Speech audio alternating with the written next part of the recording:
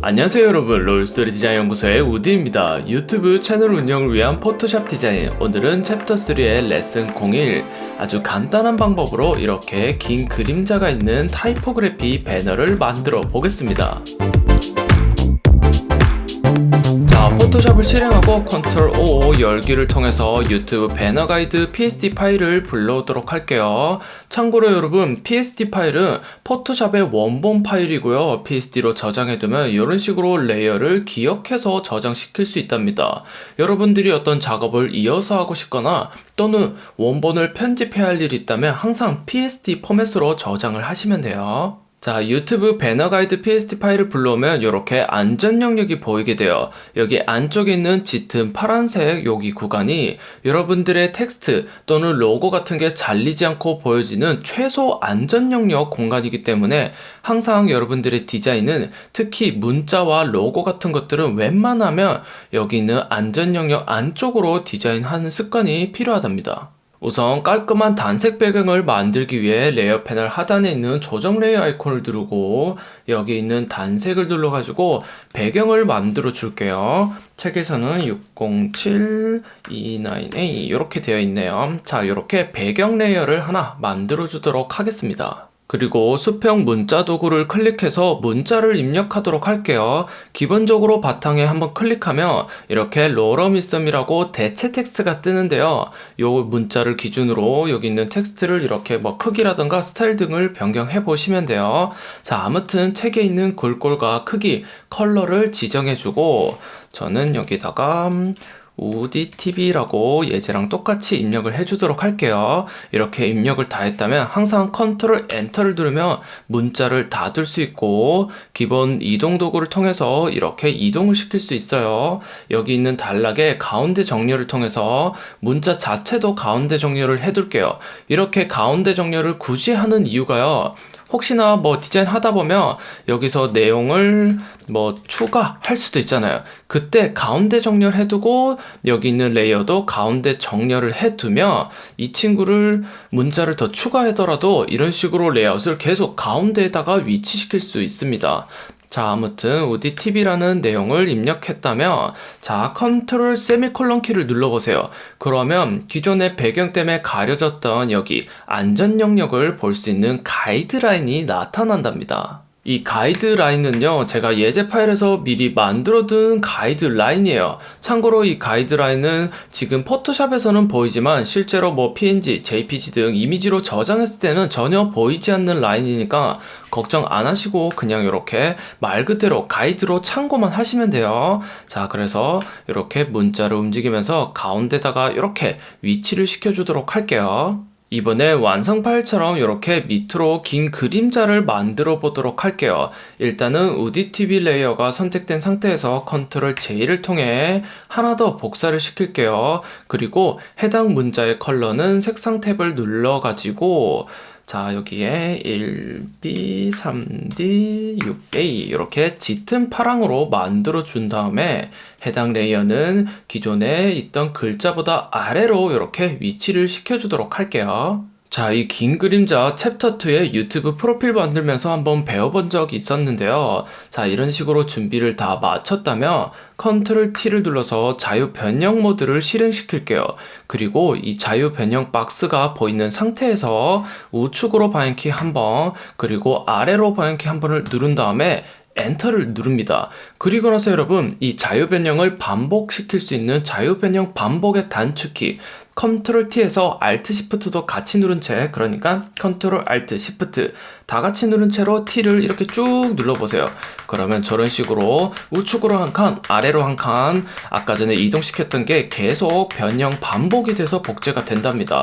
이런 식으로 우디TV 복사 레이어를 한 100개 정도 만들도록 할게요.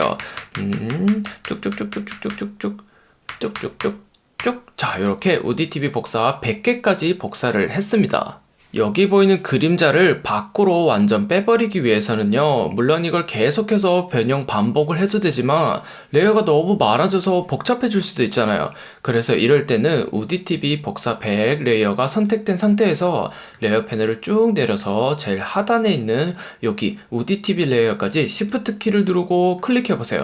그러면 자동으로 가운데 레이어까지 다중 선택이 되고, 해당 100개의 레이어를 합치기 위해서는요, 여러분 멀지 기능을 이용하면 되는데 단축키는 컨트롤 E예요. 자, 이렇게 다중 선택을 했다면 컨트롤 E를 누르면 이런 식으로 한 덩어리로 이렇게 합쳐 버릴 수 있어요. 자, 이렇게 합쳤다면 이 친구를 또다시 컨트롤 J 복사한 다음에 이 그림자 길이를 더 늘리기 위해서 클릭 드래그해서 이런 식으로 겹쳐주도록 할게요. 확대를 하셔서 이렇게 보면서 혹시나 이렇게 어긋나 있다면 역시나 디테일한 수정은 방향키를 이용해서 이런 식으로 수정을 하시면 돼요. 만약에 이쪽을 더 길게 해야겠다 하시면 하나 더 컨트롤 J를 통해 또 복사해서 이런 식으로 길이를 계속 맞춰주시면 돼요. 자, 디테일한 거는 방향키를 이용해서 이렇게 맞춰주면 되겠죠.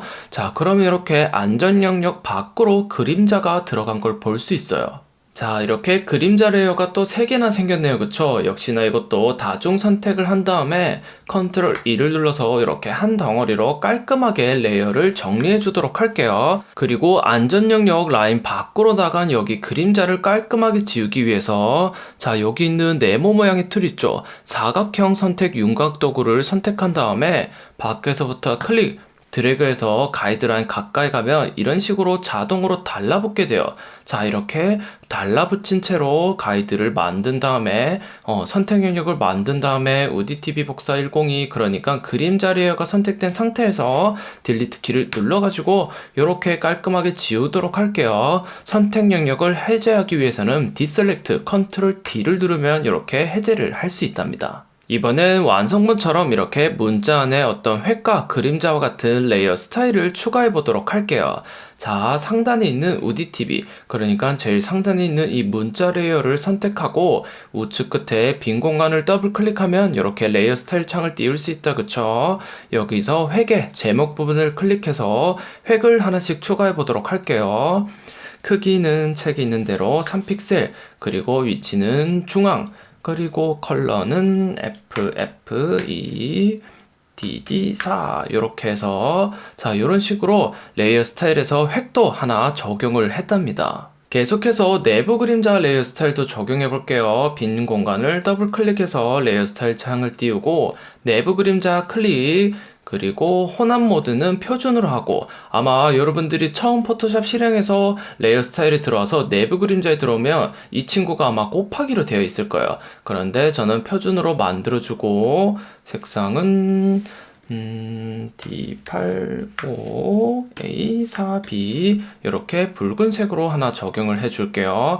그리고 거리는 7픽셀, 경계 감소는 0, 크기도 0 한 다음에 각도를 135도로 하니까, 자, 이런 식으로 안쪽으로 가독성을 짓게끔 그림자도 추가를 할 수 있답니다. 자, 이렇게 디자인을 다 마쳤다면요, 최종 점검을 하기 위해서 다시 컨트롤 세미컬론 키를 눌러서 가이드라인을 꺼버릴게요. 그리고 여기 보면 안전 영역 확인용 레이어가 있죠. 이 친구를 제일 최상단을 올린 다음에 눈을 한번 잠깐 켜보세요. 자, 그러면 안전 영역 최소 영역, 그러니까 어떠한 디바이스를 사용하건 간에 잘리지 않고 보여지는 최소 영역을 이렇게 미리 확인을 할 수 있답니다.